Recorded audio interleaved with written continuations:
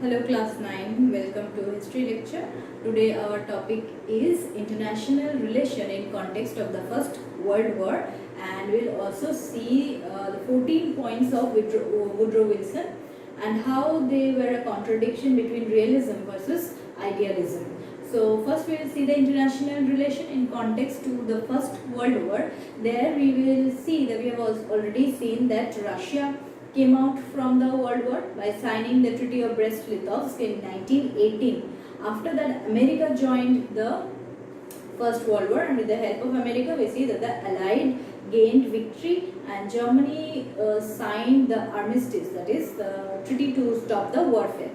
So after this, when the World War is coming to an end, there we will see that the international relation was molded in such a way, was formed in such a way as to satisfy the selfish need of the victorious power. Like we have already read chapter 2, if you can remember, Napoleon. We have read in previous chapter that after the death of Napoleon, what happened? After the defeating Napoleon and after the death of Napoleon, the Vienna Congress was formed, and in Vienna Congress what has happened? That the victorious power like Austria, Britain, these victorious power are trying to redistribute the areas captured by Napoleon because they have defeated Napoleon. Now same thing happened in the international relation after the defeat of Germany. So the victorious, which are the victorious power that we have to remember? That is France, Britain mainly were the victorious power. Then there was Italy. Russia already came out of the war, so we will not take Russia here. So France, Britain and Italy was there, and of course USA also, because USA joined the war at the end, towards the end of the war. So these victorious power also tried to fulfill their own selfish interest in the treaty or the pact which they are signing. So the Allied power actually tried to fulfill their own selfish aims, and they wanted to dominate Germany, they wanted to humiliate Germany without keeping in mind the principle of equal and fair distribution of power. This principle was not in their mind, and they did not want it to equally solve the problem with a position of equality.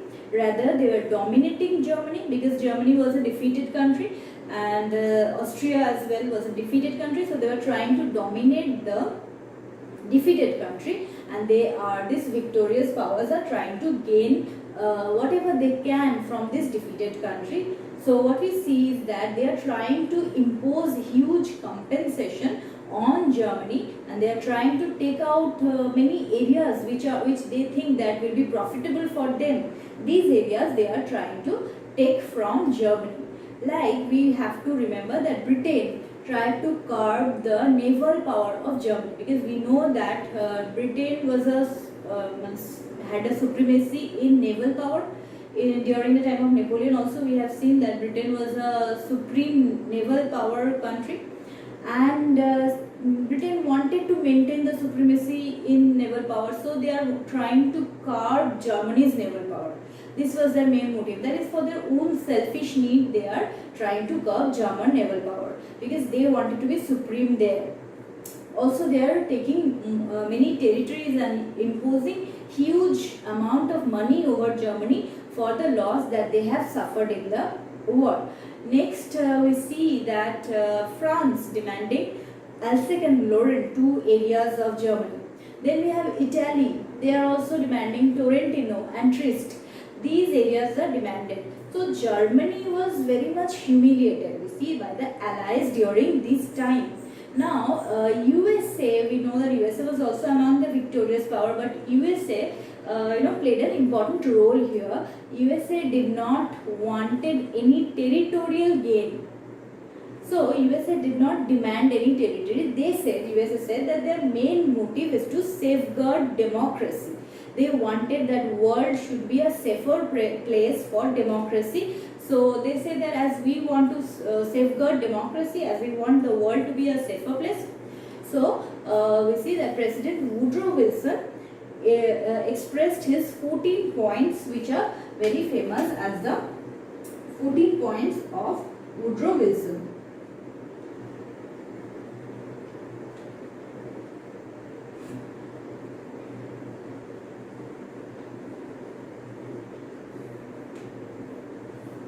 14 points of Woodrow Wilson.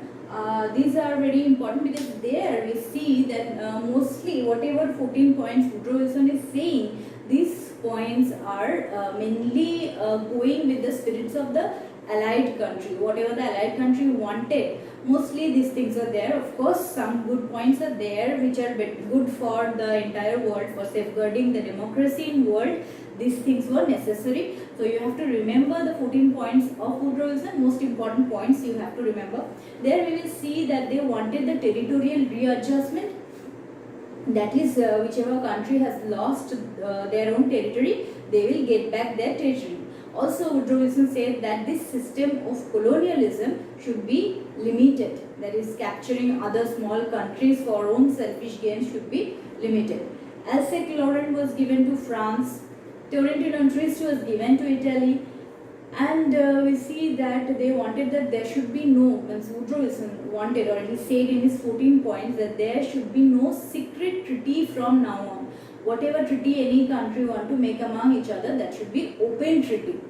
Also, they said that the Balkan people should be control over the Balkan states should be taken out. So, Woodrow Wilson is trying to give freedom to the Balkan people, Balkan nations, so that a future warfare cannot happen. Also, we see that the seas were made free. It was said by Woodrow Wilson that seas should be made free for all equally. Equal status should be given to all. Also, he is accepting or giving the right to self-determination of nation to all the country. That is, every country should have the right to self-determination. The country itself will decide what form of government they will want, what type of administration they will want. The country will decide. Any other big powerful country will not impose anything on the country. So, right to self-determination was accepted. So, we see that these are the major important points of the 14 points of Woodrow Wilson. Main is this right to self-determination for all the countries. Then seas were open to all. For all countries, the seas should be equally open. Then no secret treaties should be signed among the countries. Alsace-Lorraine was given to France. Italy got Torrente-Triste. Britain also got compensation. So, like this, we see that whatever the allies wanted, mostly they are getting from the proposal of Woodrow Wilson. The most important point of Woodrow Wilson was that he proposed the formation of union of all the countries which will act as a protector of the world. He said that all the countries should unite together to form an union, and they will work for protection of the world so that another world war does not come.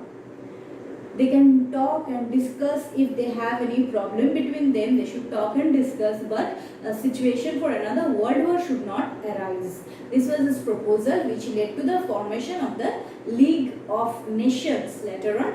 So, the most important of the 14 points of Woodrow Wilson is this one, that is, he proposed the formation of a Union of Nations for protection of the world from any further world war.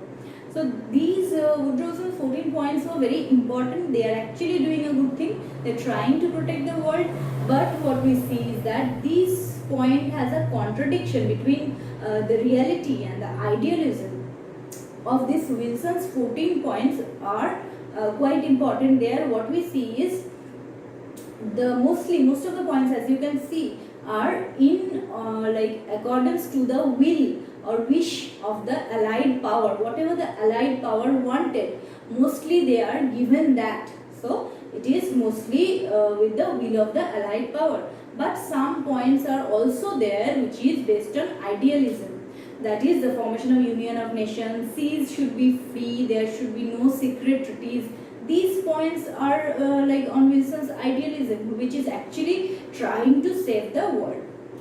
So, we can say that Woodrow Wilson's 14 points are a mixture of reality and idealism, where he supported some of the wills of the allied powers, but it was also based on idealism, where he actually wanted to stop another world war by forming a union of all the countries. So, we see that this was the Woodrow Wilson's 14 point, which is very important, and thus the League of Nations was formed as proposed in the 14 points of Woodrow Wilson. Thank you.